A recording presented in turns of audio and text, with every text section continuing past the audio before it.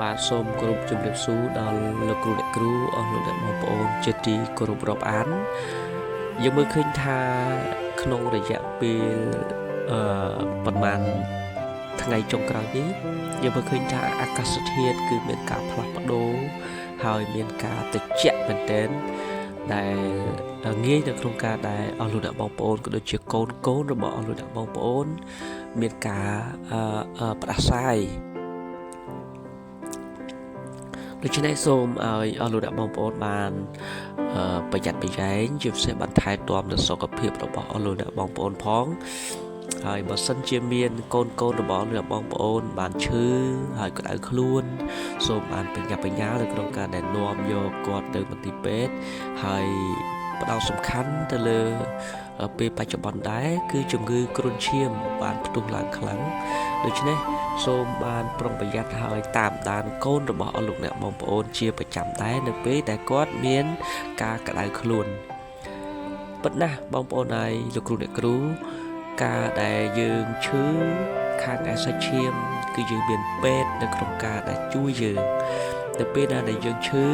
យើងមានថ្នាំពេទ្យយើងមានគ្រូពេទ្យដើម្បីនឹងការពារថែរក្សាយើងដូចគ្នាដែរអស់លោកអ្នកបងប្អូនយើងជាគ្រីស្ទបរិស័ទយើងមានព្រះនៃយើងបានការពារថែរក្សាយើងដែរដូចជានៅក្នុងគម្ពីរទំនុកដំកើងចំពុកទី91ព្រះអង្គបានសន្យាជាមួយយើងយ៉ាងមុតមាំថាសូមឲ្យយើងបានទុកចិត្តព្រះអង្គហើយព្រះបន្ទូលនេះខ្ញុំជឿជាក់ថាអស់លោកអ្នកបងប្អូនក៏ចូលចិត្តដូចជាខ្ញុំដែរនៅក្នុងព្រះគម្ពីរទំនុកដំកើងចំពុក91ខ1អ្នកណាដែលនៅជាប់ក្នុងទីកំបាំងនៃព្រះដ៏ខ្ពស់បំផុតនោះនឹងបានជ្រកនៅក្រោមម្លប់នៃព្រះដ៏មានគ្រប់ព្រះជាស្ដាឯទូបង្គំនឹងពោលពីព្រះយេហូវ៉ាថាទ្រង់ជាទីពំនាក់ជាបន្ទាយនៃទូបង្គំគឺជាព្រះនៃទូបង្គំហើយទូបង្គំទុកចិត្តនឹងទ្រង់ខ3ពិតប្រកបជាទ្រង់នឹងជួយឲ្យឯងរួចពីលោភរបស់នៃព្រានហើយពីសេចក្តីវេទនាដែលនាំឲ្យអន្តរាយ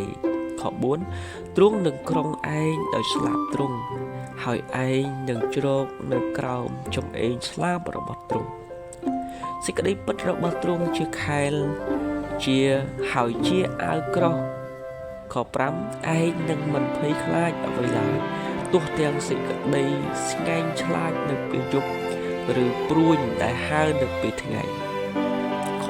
6ឬសេចក្តីវេទនាដែលតែងមាននៅក្នុងទីគំនិត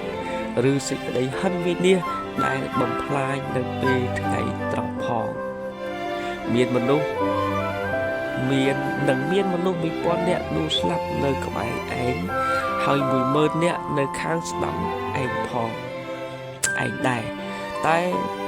សេចក្តីនោះនឹងមិនមកចិត្តឯងឡើយអាមែននេះគឺជាព្រះបន្ទូលដែលព្រះអង្គបានសន្យាជាមួយយើងហើយនៅមានខខាងក្រោមទៀតដែលនឹងលើកឡើងសម្រាប់នៅថ្ងៃស្អែកដូច្នេះអស់លោកអ្នកបងប្អូន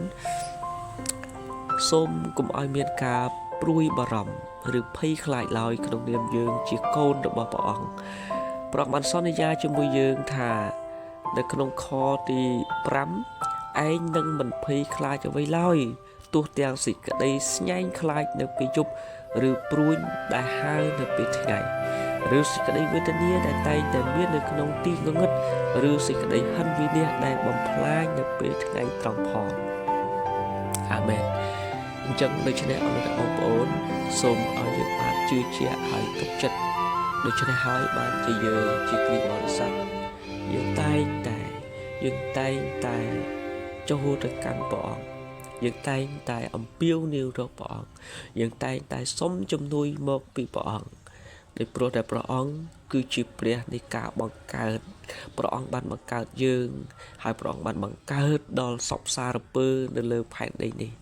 សូមទុកចិត្តចំពោះព្រះ